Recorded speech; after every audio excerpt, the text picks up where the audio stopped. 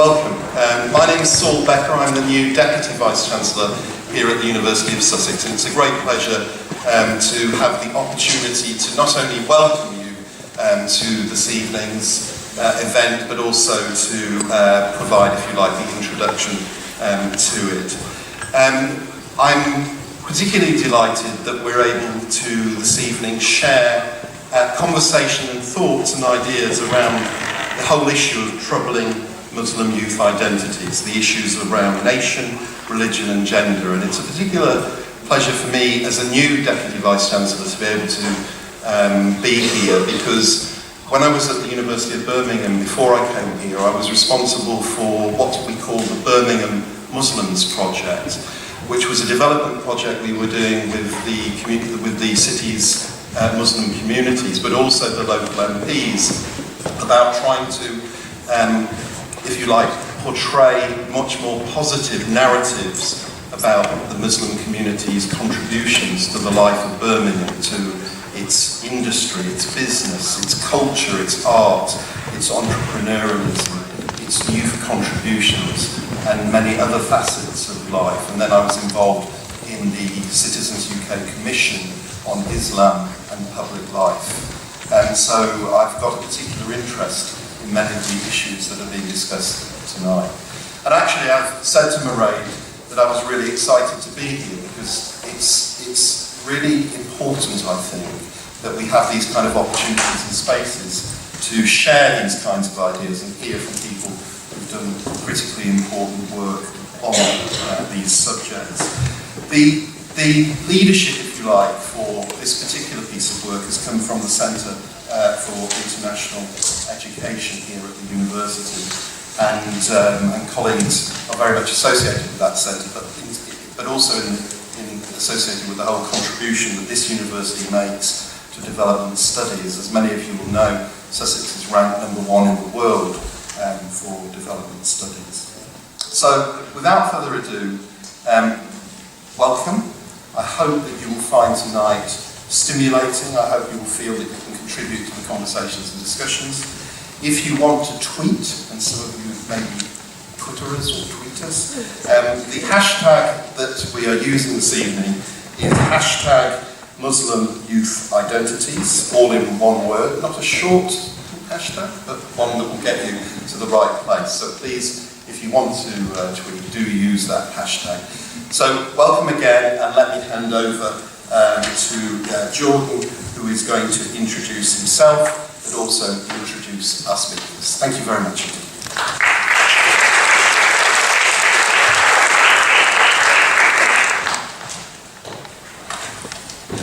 Good evening. I'm Jordan Naidoo. I'm the director at UNESCO, responsible for the coordination of SDG 4 Education 2030. Thank you very much, Professor Saul Becker, the University of Sussex, for having me here this evening. It's a real honor and pleasure to give a few introductory remarks for what I think is a really great contribution to this particular topic. And I would be remiss not to thank the four authors, Professor Meredith Dunn, Noreen Durrani, Kathleen Fincham and Barbara Crosat, for inviting me to say a few words this evening. I just have a few thoughts that connect to the larger debate within the SDG agenda, which may have some significance with the issue that we are dealing with. 2 years since the adoption of the SDGs, troubling Muslim youth identities, nation, religion, gender, being launched today cannot have come at a more critical juncture. The 2030 Agenda for Sustainable Development, a plan of action for people, planet and prosperity, represents a supremely ambitious and transformational vision. A world free of poverty, hunger, disease and want. A world free of fear and violence.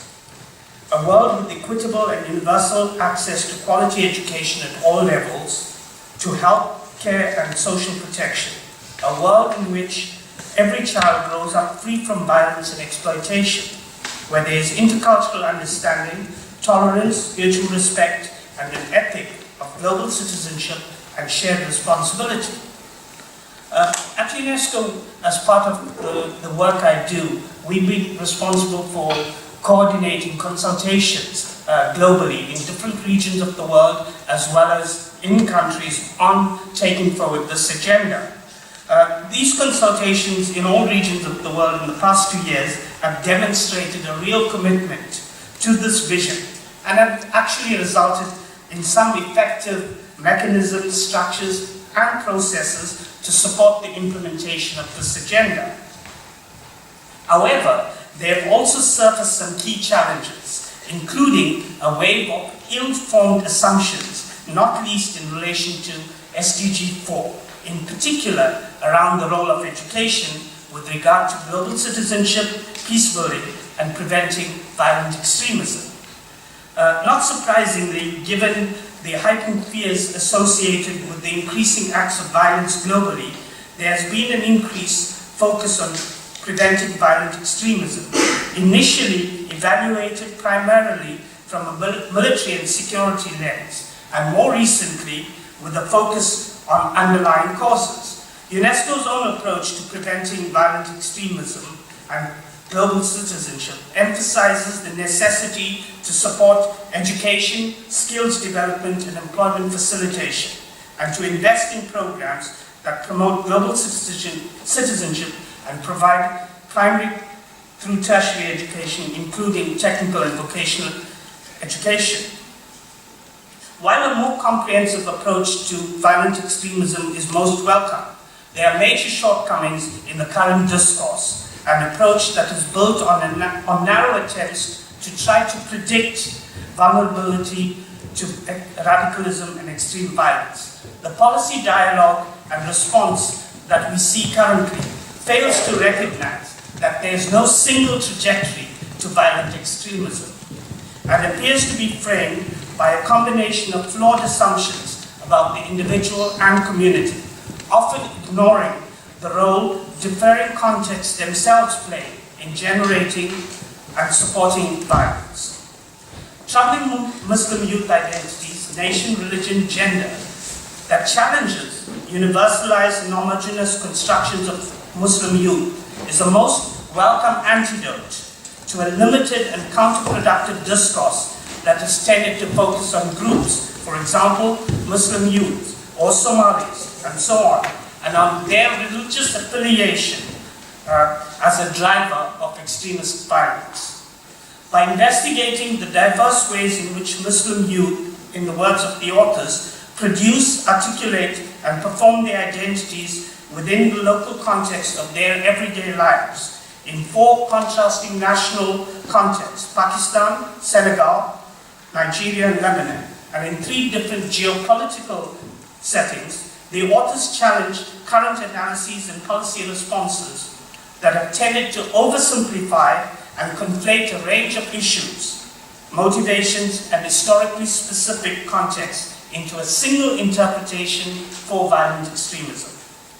Of particular note, informed by post-structural and post-colonial understanding, the analysis of Muslim youth identities presents the complex ways in which axes of nation, religion, ethnicity, and gender intersect and affect identity formation. That is, as they emphasize, a fluid, dynamic, and discursive process of becoming constituted within local places and replete with reference to particular histories and cultures.